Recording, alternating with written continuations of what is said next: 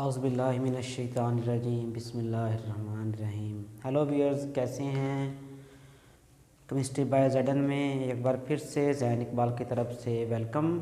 तो व्यूअर्स, हम स्टडी कर रहे हैं स्ट्रक्चर्स ऑफ एटम्स। तो एटम के स्ट्रक्चर को जब वो हमने स्टडी किया तो उसमें हमने वो जहाँ डेमोक्रेटस का कंसेप्ट स्टडी किया, डाल्टन की थ्योरी को स्टडी किया, फिर डेमोक्रेटस और डाल्टन की थ्योरी को रिजेक्ट किया, किस तरह से किया, इसमें सर विलियम क्रॉस के वो वर्क को डिस्कस किया। वहाँ वो गोल्डस्टेन को भी डिस्कस किया, जहाँ इलेक्ट्रॉन हुई, वहाँ डिस्कवरी ऑफ प्रोटॉन हुई, जहाँ वो properties of cathode ray discuss हुई, वहाँ प्रॉपर्टीज़ ऑफ प्रोटॉन डिस्कस हुई। तो ये सारी चीज़ें डिस्कस होने के बाद ख्याल ये किया जा रहा था कि ये वो छोटे पार्टिकल्स हैं एटम के अंदर, इलेक्ट्रॉन्स और प्रोटॉन। तो जब वो अंडरस्टूड सी बात है, अगर 1 + 1 2 है, तो जब 2 की ब्रेक डाउन करनी चाहिए तो वो 1 + 1 के इक्वल ही आना चाहिए। तो इसी तरह जब हमने वो एटम का किसी का भी मास देखा, सपोज करें मैं बात करता हूँ आपको हाइड्रोजन की, हीलियम की, किसी भी एटम की या एलिमेंट की, तो उसका जब मास देखा तो वो मास वो इलेक्ट्रॉन और प्रोटॉन के मासेज के सम के इक्वल नहीं आ रहा था। अब यहाँ फिर साइंसदान कन्फ्यूजन का शिकार कि क्या ऐसी रीज़न है कि हम तो कह रहे थे कि एटम वो इलेक्ट्रॉन और प्रोटॉन के मिलने से बनता है, सर विलियम क्रॉस और गोल्डस्टेन ने ये डिस्कवर किया था। तो फिर ये क्यों मासेस वो इक्वल नहीं आ रहे? कि एटॉमिक मास होना तो ये इन दोनों का सम अप होना चाहिए था कि atomic mass is equal to mass of electron and mass of proton. मगर जब प्रैक्टिकली कैलकुलेट किया तो वो रिजल्ट वो नेगेटिव में आ रहे थे। तो फिर जब साइंटिस्ट इस बात पर वो फोकस कर रहे थे, तो उस दौरान एक साइंटिस्ट जिसका नाम वो चैडविक था, उसने वो न्यूट्रॉन को डिस्कवर किया। और ये डिस्कवरी तब स्टार्ट हुई, जब सोच विचार तब स्टार्ट हुई जब रदरफोर्ड ने आके कन्फ्यूजन क्रिएट की। उसने कहा कि मासेज इक्वल नहीं आ रहे। आप कह रहे हैं कि एटम वो प्रोटॉन और इलेक्ट्रॉन के मिलने से बना है। एटम का जब मास का फाइंड आउट कि वो इन दोनों के सम के इक्वल नहीं आ रहा।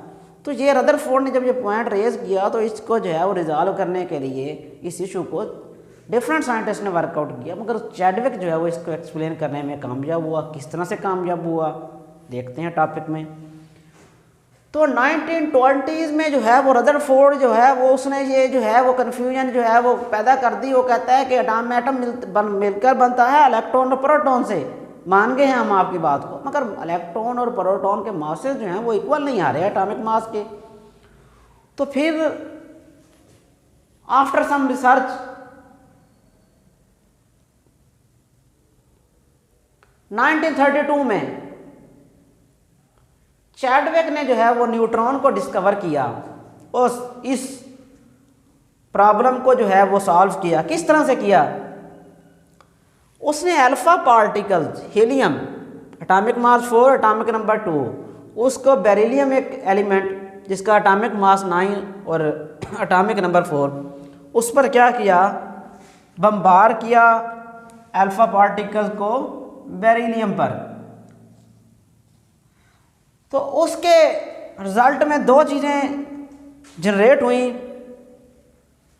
जिसमें मेजर चीज़ जो डिस्कवर हुई वो थी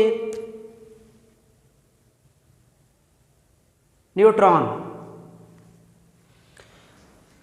अब ये न्यूट्रॉन डिस्कवर कैसे हुए हैं? जब अल्फा पार्टिकल्स को बेरिलियम पर बमबार्ड किया गया है, तो उसके रिजल्ट में जो चीज़ें जनरेट हुई, उसमें एक तो थी कार्बन 12 और दूसरा न्यूट्रॉन। अब ये न्यूट्रॉन की डिस्कवरी तो होगी। अब यहाँ जो चीज़ फोकस करने वाली है, देखें कि न्यूट्रॉन का मास वो 1 है,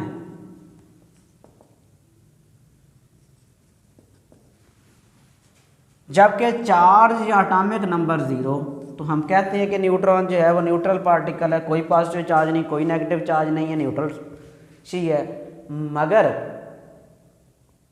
इसका मास 1 है। वो जो डिफरेंस आ रहा था मास का, इलेक्ट्रॉन और प्रोटॉन के सम के इक्वल नहीं आ रहे थे एटॉमिक मासेस, वो यहाँ कन्फ्यूजन आके जो है वो क्लियर हो गई कि वो जो फर्क आ रहा था वो मास था न्यूट्रॉन का।